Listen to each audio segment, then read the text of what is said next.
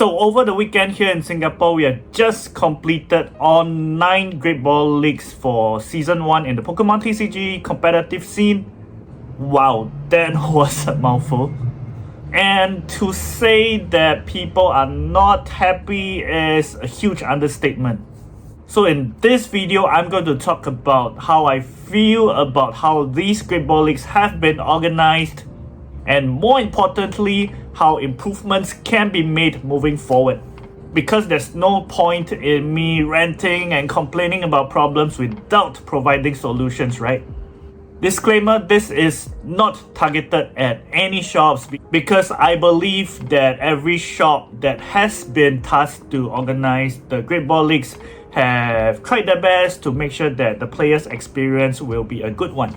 It just has been really confusing for both the shops and the players because instructions from higher up have not been clear about how these should be organized. So shop A does this, shop B does this. It's just very confusing for everyone at the moment. And also, I have not touched events management since my university days, which was more than 10 years ago. But then I used to organize events for more than 1,000 packs. So I think that little bit of experience should help in giving suggestions for this kind of small scale, less than 100 packs events, right? First off, the announcement of the events. I'm sure I'm not the only one. The whole of Southeast Asia has been wanting this for the longest time. Please, for the love of Arceus, announce your event dates earlier. Regional dates, IC dates have been announced in other parts of the world, and we still have no idea when our major events are going to be organized for the rest of the season. And it's not like we have a lot of major events left, right? Over here in Singapore, we just have that one major event left, and that is the Master Ball League, and we still don't have a date for that. Yes, I know there are a lot of things to consider when you are organizing a major event date, event venue, schedules of the organizers, the staff and the VIP, logistics and whatnot. But here's the thing, right? Hear me out. Event dates and venues will get less and less the longer you take to decide when you want to hold your event. Schedules will get filled up over time, and the important people that you want to invite will get less and less free. In fact, I don't see any part of the organization process that will get easier when you delay on deciding the event date and venue. Right, everything will get more and more difficult the longer you take to decide on that.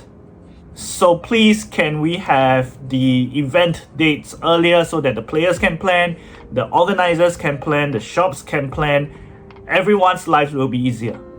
Have a few venues in mind, check the dates available, and then send them to whoever you need to send to, and then after that pick a date where everyone is free. Once you have a confirmed date and venue, a lot of things will fall into place after that. Next up, registration. Here in Southeast Asia, players use this platform called the Trainer's Web, where we can see the upcoming events, apply for them, and see whether we are elected.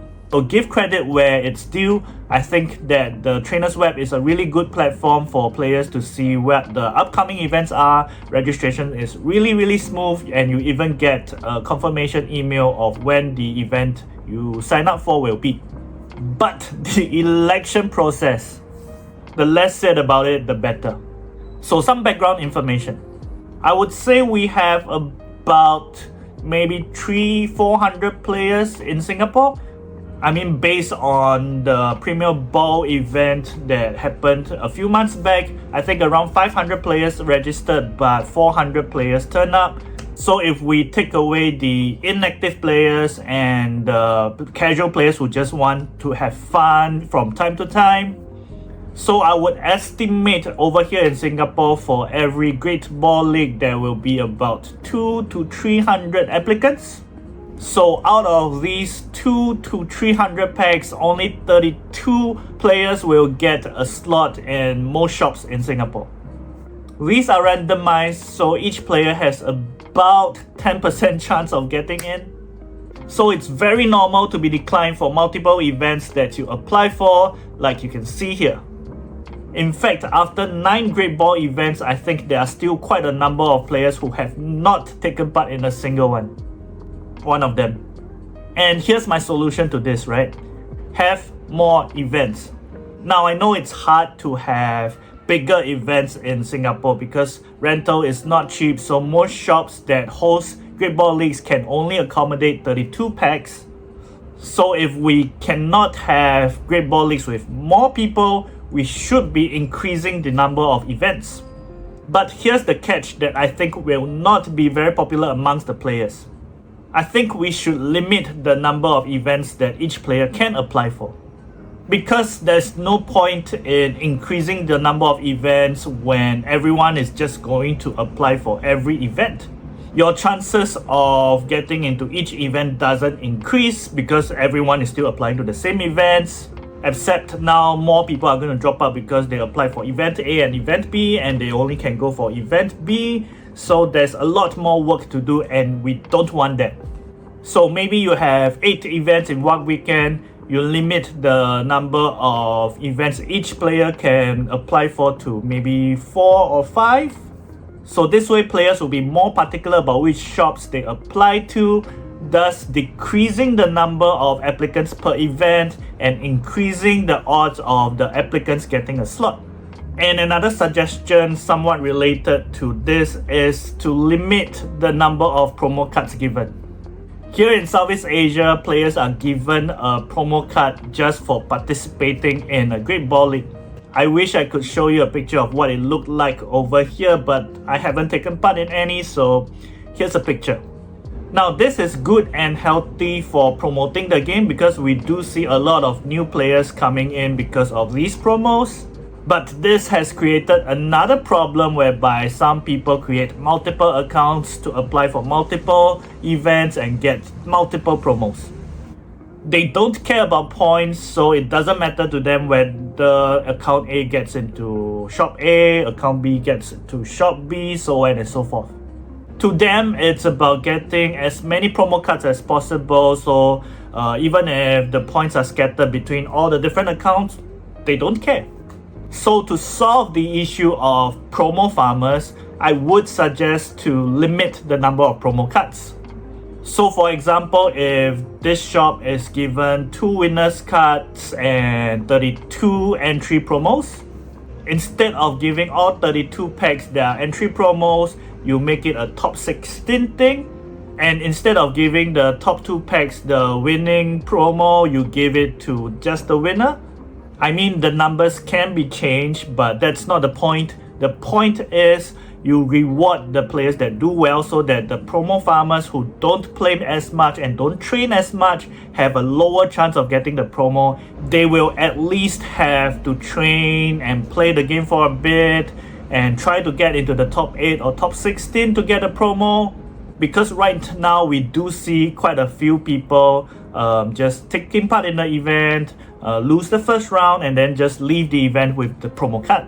So yep, I think limiting the number of promo cards will help to filter out these promo farmers and make sure that the players that are more serious about playing the game will get the slots. Next up, the wait list. Like what I mentioned earlier, for every event there will be many people who didn't get elected, and there are also a few people that got elected but couldn't make it last minute. The organizers have not given instructions as to how to handle these people who want to get into these empty slots.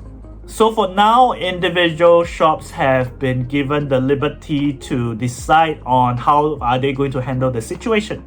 Some shops use a lottery system, so when all the elected players have signed in, they know how many empty slots there are. So based on the number of unelected people who turn up, they will conduct a lucky draw of sorts to fill up these slots. Others use a first come first serve system whereby you have to queue up at the shop, and then if you are first in line, you get priority for the first empty slot, second person, second slot, so on and so forth.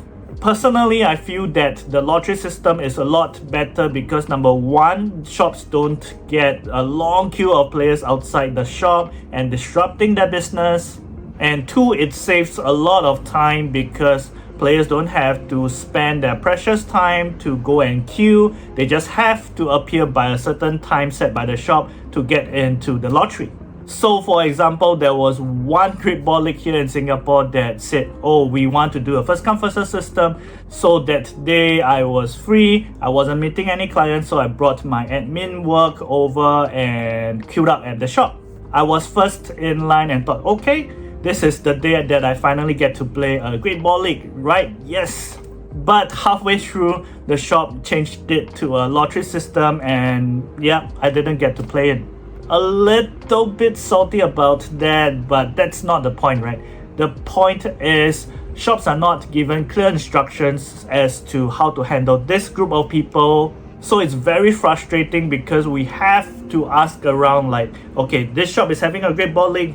How are you going to handle the wait list? Is it a first come first serve system or is it a lottery system? And if you're not in the shop's communication channel, be it WhatsApp or Telegram, it's hard for you to keep track. So one incident that happened was this shop had clear instructions on their communication channel whereby players have to report, elected players rather, have to report at a certain timing, right?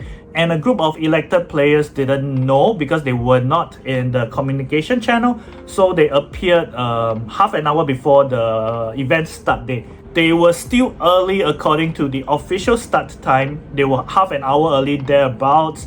But because the shop said that, we did say in our communication channel, you have to register 1 hour earlier so that we can have time to handle the walk-ins and the whatnot, and that the event can start on time. But because these players were not inside the communication channel, they were not allowed to play in the Great Ball League. Once again, the shop is not to blame. It was a huge communication breakdown between the organizers, the shops, and the players. So I do think that it will be a lot easier if either number one, the organizers set down the instructions for how they will handle the walk-in players, and I think the lottery system will be a lot better. Or if two, the organizers don't want to do anything and don't want to decide on a way, I think that shops in your country, be it Singapore, Malaysia, Philippines, should combine together resources or have a discussion rather and say, you know what, since the organizers are not telling us how to do things, let's have a discussion. This is the way we should do things to take care of our players. So yup, at the end of all the Great Ball Leagues in Season 1 here in Singapore, this is what I have concluded. I do want to give the benefit of the doubt to the organizers and the shops because the Great Ball League is something new of sorts. There will be mistakes made here and there. But I think I'm not alone when I say that despite having already given the benefit of the doubt, there's still a lot of unhappiness about how things are organized and how players have been treated. I don't know whether, this video, the suggestions that I make will reach whoever needs to watch this. But yeah, this is what I have gathered so far from number one, my personal experience, and number two, players that I know that have been giving constructive feedback about how to improve the system. Share this video if you think that you are experiencing something similar to me. And also if you have other suggestions, I would love to hear them, put them down in the comments. So with that, thank you for coming to the end of my ranting video. Sending you lots of love. See you in the next one.